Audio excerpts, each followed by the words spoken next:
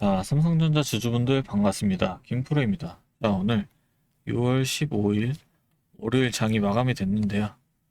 오늘 삼성전자 차트를 보시면 강하게 치고 올라왔다가 윗꼬리를 달고 내려온 모습입니다.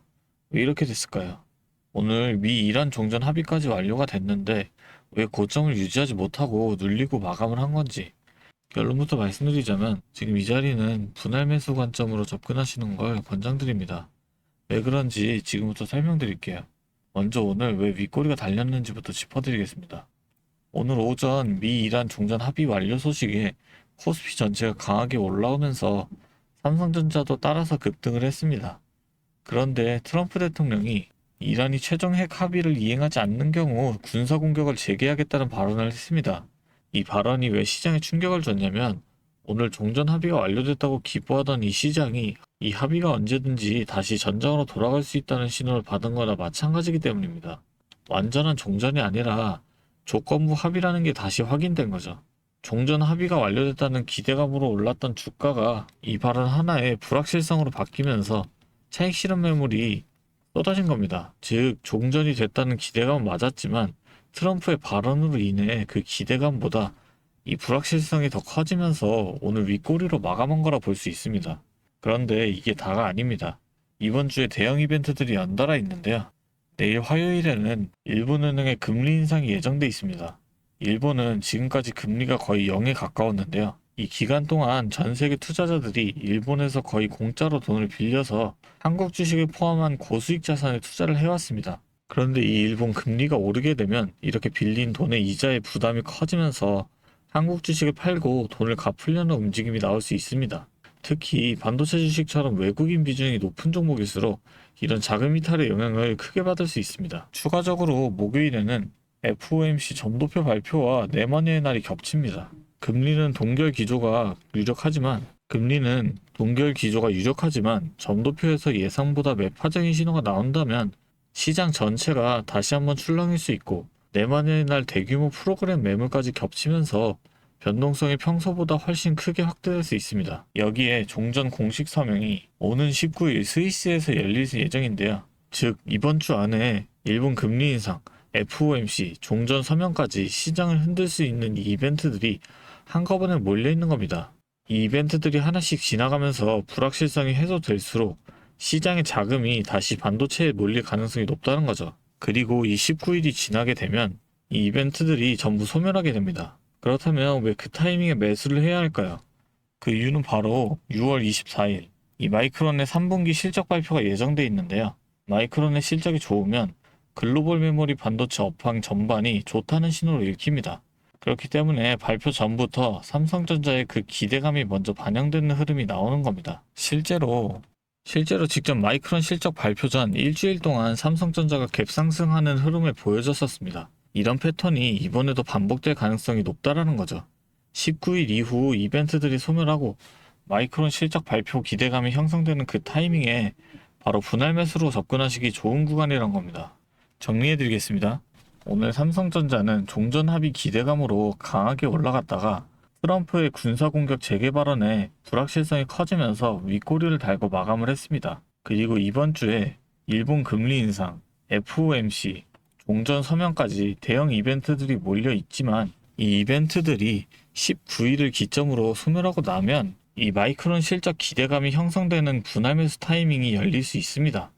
그래서 저는 지금 이 자리 분할 매수 관점으로 접근하시는 걸 권장드렸습니다. 하지만 정확히 어느 구간에서 어떻게 나눠 들어가야 할지 혼자 판단하기 어렵다고 찾아오시는 분들이 가끔 계시더라고요. 그래서 그 기준 잡으시는 걸 제가 도와드리겠습니다. 제가 상단에 번호를 하나 잠깐 띄울게요. 010-3436-7531 이 번호로 분할 매수로 들어가시는 구체적인 기준이 필요하신 분은 삼성 매수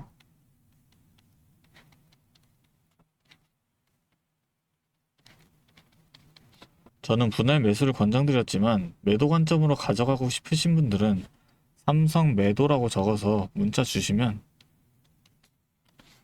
제가 그쪽 기준도 따로 정리를 해서 공유해 드리도록 하겠습니다. 오늘 내용 마음에 드셨다면 구독하고 좋아요 한 번씩만 눌러주시면 감사하겠습니다. 그리고 제가 이렇게 도와드린다고 말씀드리는 이유는 저 또한 과거에 여러분과 똑같은 이 막막함을 많이 겪어봤기 때문인데요. 2022년에 이 금리 인상으로 인해서 시장 전체가 크게 하락했던 시기 다들 기억하실 겁니다. 당시 저도 직장 생활을 하면서 틈틈이 주식을 했었는데요. 회의실 구석이나 화장실에서 원래 스마트폰으로 계좌를 보면서 한숨만 쉬었던 날들이 정말 많았는데요. 워낙 우량주니까 시간 지나면 알아서 회복되겠지라고 생각을 하면서 버텼었는데 이게 확실한 기준조차 없으니까 계좌 손실은 점점 커지면서 일상생활조차 집중하기 어려울 만큼 스트레스가 정말 심했습니다. 자, 그런데 이때 어떤 주식이 먼저 올랐는지 아시나요? 처음엔 다들 아시는 것처럼 뭐 이 로봇이 된다, AI가 뜬다 하면서 대기업 투자 뉴스에 수많은 사람이 몰려갔었는데요. 그런데 저는 남들이 다 그런 뉴스에만 관심 가질 때 2022년 말에 가장 밑바닥에 있던 2차전지에 집중을 했었습니다. 왜냐면 당시 전기차 수요가 일시적으로 둔화된다는 악재 뉴스가 도매되고 있었지만 제가 주목한 건 따로 있었습니다. 바로 우리 일상 속에서는 이미 아파트 주차장이나 대형마트마다 전기차 충전 구역이 법적으로 의무화가 되면서 강제적으로 늘어나는 인프라의 변화가 눈에 띄게 일어나고 있었죠. 여기에 더해 글로벌 완성차 브랜드들이 내연기관 생산을 전면 중단하겠다는 구체적인 계획들을 잇따라 발표하고 있었고, 결국 전 세계 모든 자동차가 이 배터리로 바뀔 수밖에 없는 거대한 산업의 방향성은 그 누구도 막을 수 없겠다라는 명확한 결론이 섰던 겁니다. 결국 이 배터리에 들어가는 핵심 소재를 만드는 기업의 가치는 올라갈 수밖에 없다라고 확신을 했기 때문에 저는 남들이 다 포기할 때 2차전지 하나에 철저하게 집중을 해서 2023년에 계좌 손실을 메꾸고 빠르게 회복해냈었죠. 하지만 이 2차전지가 오른다는 거 알아도 기업마다 들고 있는 기술력들이 다 다르고 주가가 흔들리는 등락폭이 전부 다 다를 수밖에 없잖아요. 그래서 제가 평소에도 이 기업에 대한 분석과 기업에 대한 가치를 판단을 하고 진입을 하셔야 한다라고 말씀을 드리는 겁니다. 지금 이 영상 보시면서 어떻게 해야 할지 걱정하시는 분들의 마음 제가 너무나도 잘 압니다. 여러분들만큼은 제가 겪었던 이 시행착오들을 좀 피하셨으면 합니다. 네, 다시 한번 말씀드릴게요. 010-3436-7531 여기로 삼성 매수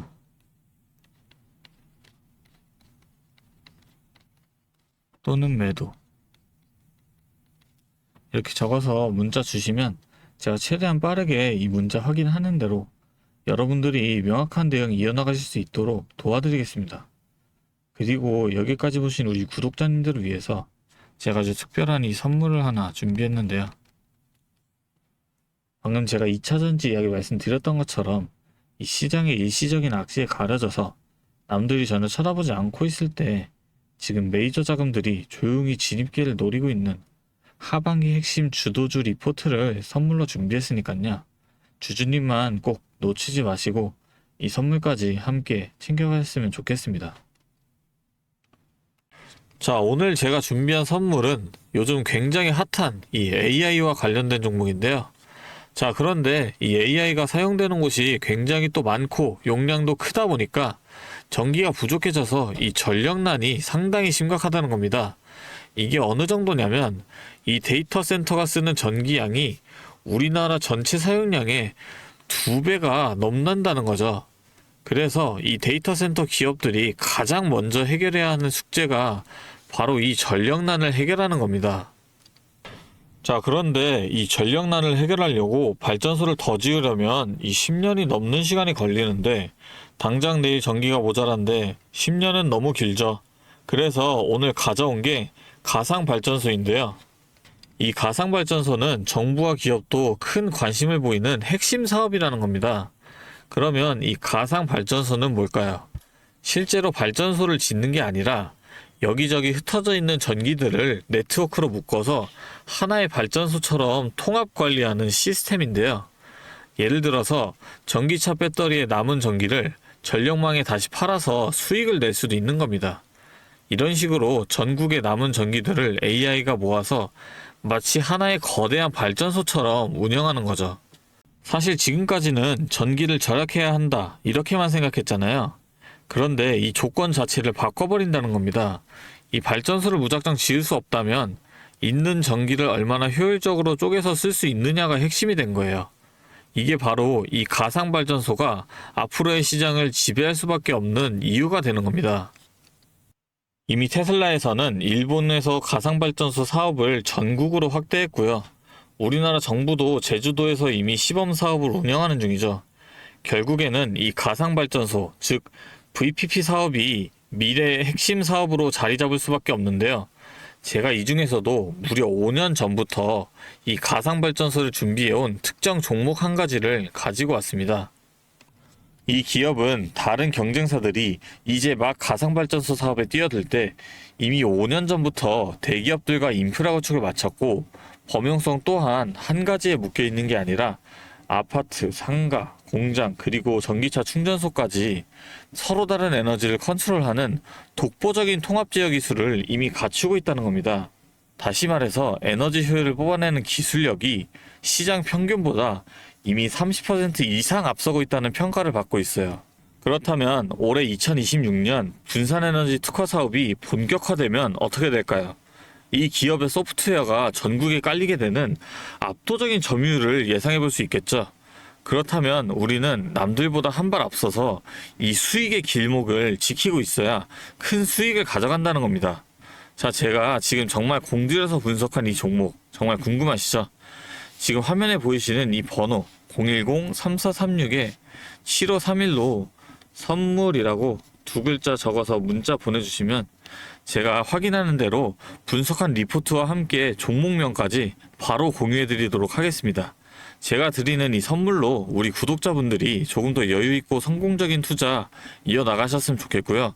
지금까지 긴 영상 시청해주셔서 감사합니다. 김프로였습니다.